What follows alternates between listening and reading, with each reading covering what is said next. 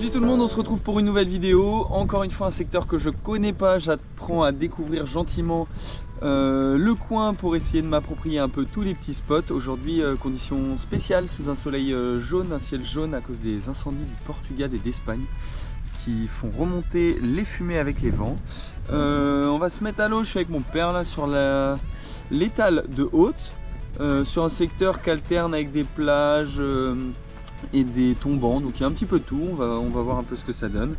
Et voilà, j'en dis pas plus, n'oubliez pas le petit like, de vous abonner à la chaîne, le petit commentaire pour m'aider un petit peu plus. Et on se retrouve sous l'eau. Allez, j'espère que les images seront belles, à tout de suite. Et c'est parti, on se retrouve sous l'eau, encore une nouvelle vidéo, je suis ravi de vous retrouver. On aura fait deux zones ce jour-là avec mon père, la première zone du matin étant pas folle. On a décidé d'en refaire une l'après-midi et on a plutôt bien fait. Une chasse que j'aurais fait l'après-midi en doublon et vous voyez sur ces premières images, pas mal de mulets qui tournaient autour, des bancs un petit peu à gauche à droite, des fois serrés, des fois un peu plus espacés. Et pour le coup là il y a un gros mulet solitaire qui passait juste devant moi. L'occasion de faire un premier tir de la journée. La flèche a complètement transpercé le poisson, il est sur le fil. Un peu tiré bas, du coup j'avais pas trop envie de le décrocher. Résultat des courses, je tire très gentiment sur le fil pour éviter de le déchirer. Et ça fera un premier poisson à la croche poisson. J'en aurais fait plusieurs sur cette sortie, pas eu l'occasion de tous les filmer. Plus qu'à réarmer l'inverte, plus qu'à réarmer le roller. Et c'est parti, réarmer au maximum pour enchaîner d'autres belles apnées.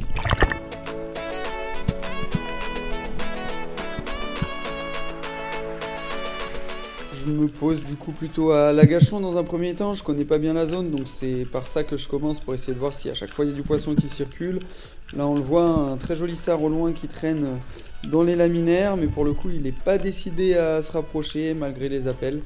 Bon bah c'est pas grave, je change de zone, je me décale un petit peu, j'aime bien ces zones entre laminaire et sable. C'est souvent des zones forcément avec des biotopes différents, donc beaucoup plus riches en termes de vie. Et là vous l'avez vu, quelques petites grises qui rentrent, du lieu pas très gros mais ça fait encore de la vie. J'essaye de varier un petit peu les appels pour voir si ça rentre, un peu plus aigu, un peu plus grave. Bon, pas grand chose qui rentrera sur cette apnée là, mais tout de même des choses à observer, c'est toujours agréable.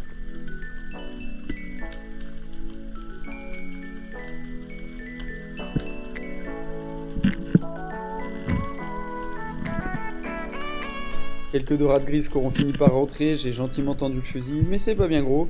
Et sur un petit banc de sable bien caché, là on était dans très peu d'eau pour le coup, j'aurais fait des chasses plutôt entre 0 et 14 sur la journée, donc pas non plus hyper profond. Une petite sèche, voilà, moi je tire pas ces sèches de cette taille là, il n'y a pas grand chose à manger.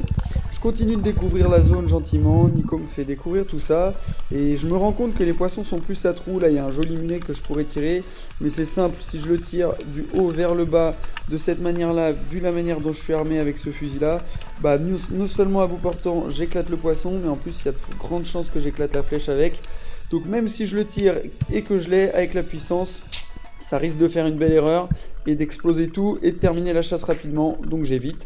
Je referai le trou juste après sur l'apnée d'après un peu déchargé, mais j'aurais pas eu l'occasion de les retrouver sur cette apnée là. Trois jolis petits bars qui rentrent, c'est magnifique, ce poisson est quand même assez génial à observer dans son comportement.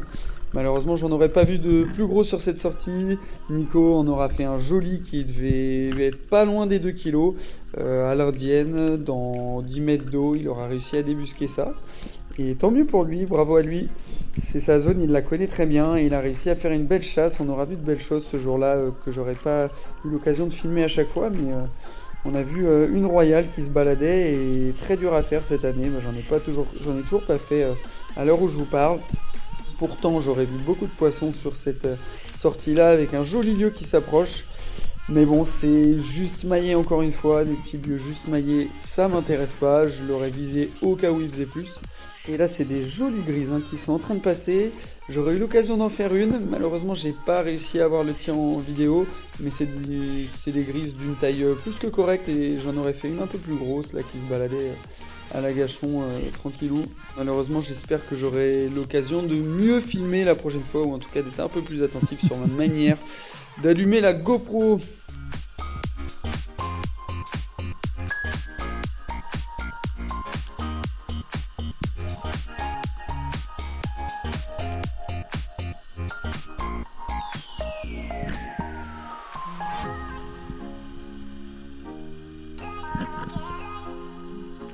Toujours les lieux qui sont en train de tourner autour de la caméra. Là, franchement, ils sont à moins d'un mètre de moi, hein. Ils viennent tourner à côté du fusil. Et là, je vous laisse admirer le moment. C'est un moment rare en chasse sous-marine, on n'en croise pas tous les jours.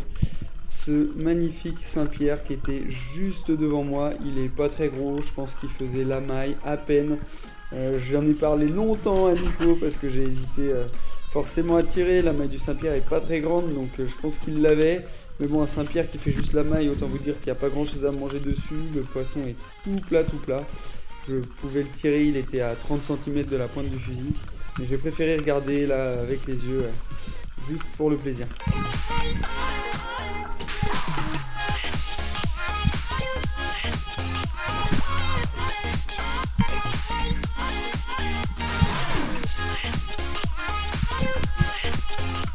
Poisson donc pas franchement farouche, j'espère en croiser davantage à l'avenir. Et là un joli banc d'une centaine je pense de dorades roses. C'est un poisson qu'on revoit de plus en plus, qui avait tendance à disparaître et là qu'on commence à revoir un petit peu, qui était très courant dans les années du XXe siècle en Finistère, en Bretagne au global. Et là on commence à en revoir un peu. Là je vous montre sur une apnée où on s'était un petit peu décalé avec Nico parce qu'il y avait pas mal de lieux et on espérait en faire un d'une taille un peu plus importante que cela. Et avec 2-3 appels, vous avez vu comment ça peut rentrer un petit peu plus. Là, il y en a 2-3 qui se posent en suspension. Ils ont vu que j'étais là, qui craignaient pas grand-chose. Et c'est des magnifiques poissons à observer. Pareil, un joli prédateur qui est souvent pas très loin des bancs de Lançon d'ailleurs. Mais là, pas suffisamment gros pour être tiré. Résultat des courses, 2 mulets, une grise pour ma part. Et Nico, un joli pajot, un joli bar et un joli sard. Bon, voilà, première chasse avec Nico. Et franchement, on se sent pas trop mal. Nico un peu mieux que moi, mais quand même, on a vu beaucoup